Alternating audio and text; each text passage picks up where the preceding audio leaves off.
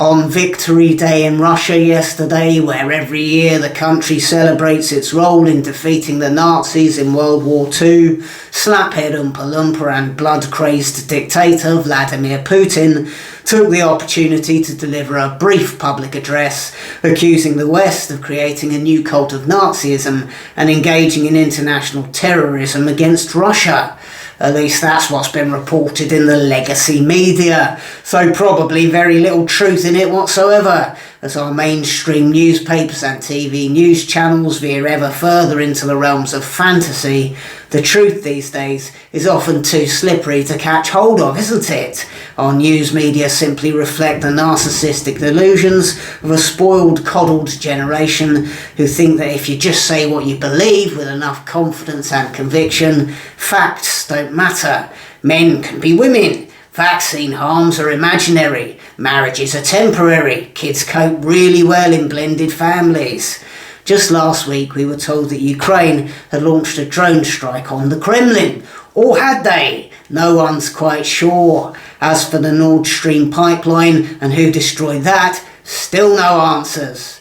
There are just some things in this world we're not allowed to know about, are we? Information that is kept from us, like that list of powerful public figures who flew to Epstein's Island and what they got up to there.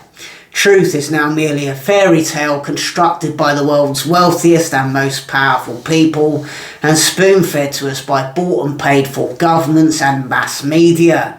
Whilst the usual self-righteous virtue-signalling turnips on social media splash Ukraine flags all over their profiles and posts, and the BBC spouts glaring anti-Russian propaganda, the rest of us would love to have that degree of certainty about whose side we should be on.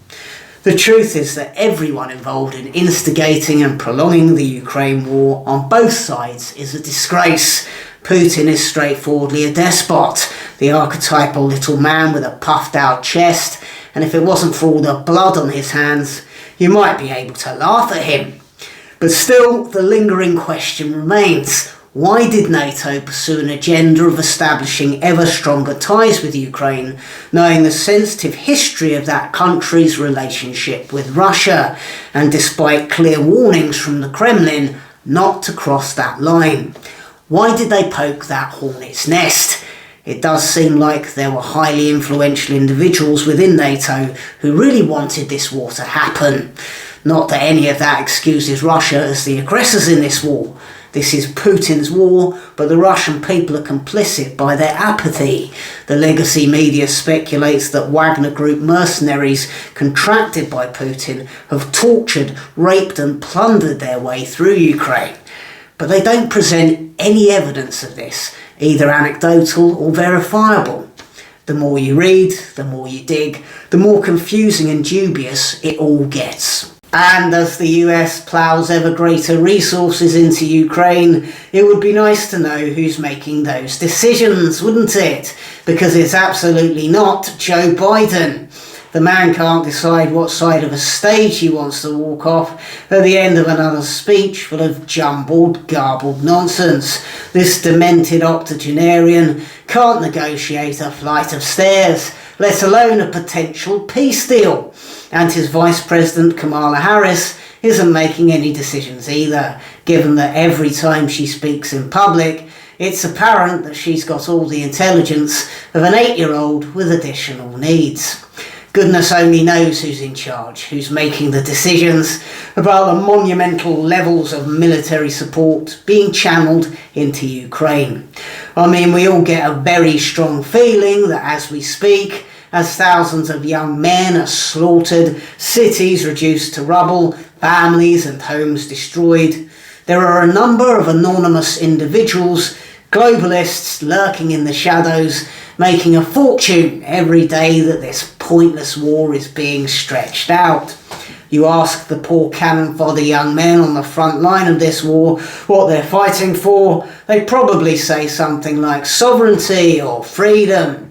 And if you ask them to narrow that down a bit, get more specific, their eyes would glaze over, their mouths would hang open, and they'd probably let out some kind of a brain fart, unable to process the true futility of what they're involved in. You can't help but get the uncomfortable feeling that so much of this war and what we're all allowed to see of it has been manufactured. The unedifying spectacle of Hollywood celebrities turning up in Kiev to visit Zelensky, surreal and contrived. Zelensky himself, a former actor turned politician. The whole thing feels very much like a circus, a distraction, a contrivance of greedy globalist psychopaths with no morals, a genocidal cash cow. For the Victory Day parade, a single antique World War II tank pootled its way through Moscow, along with a ragbag of other outmoded military vehicles. The usual flyover was cancelled, as were victory parades usually held in 21 other major Russian cities. The story the legacy media want to paint is that most operational Russian military equipment lies in pieces destroyed on the battlegrounds of Ukraine, which again seems like dubious information. Beleaguered, useless German Chancellor Olaf Scholz, responding to Putin's speech, said the European Union should remain steadfast in their support for Ukraine as long as it is necessary. And let's face facts, it's going to be necessary for a very long time.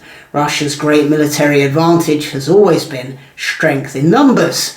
It's the largest country in the world, occupying 1/10 of all land on Earth. It's the 8th most populated country on Earth.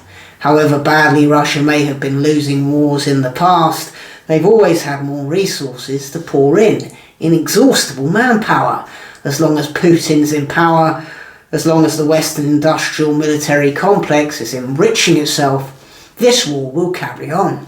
A decade, 2 decades, who knows? But the money will keep coming out of our pockets. Corporate globalist shill governments in every country using taxpayers' money to keep this war going. And the end game is that Putin dies. These conflicts always end with the corpse of a dictator. There'll be some NATO-orchestrated peace deal, and whilst the corpses of military personnel piled high will be forgotten, plenty of people who fueled this nonsense conflict will have accrued generational wealth, enough wealth to put their children and grandchildren and great-grandchildren through the most expensive private schools and exclusive universities, the political leaders of tomorrow, who will themselves one day orchestrate their own manufactured, money-grubbing, genocidal conflicts to line their own pockets. And so it goes. The rich get richer, and they didn't get rich by being kind and conscionable human beings.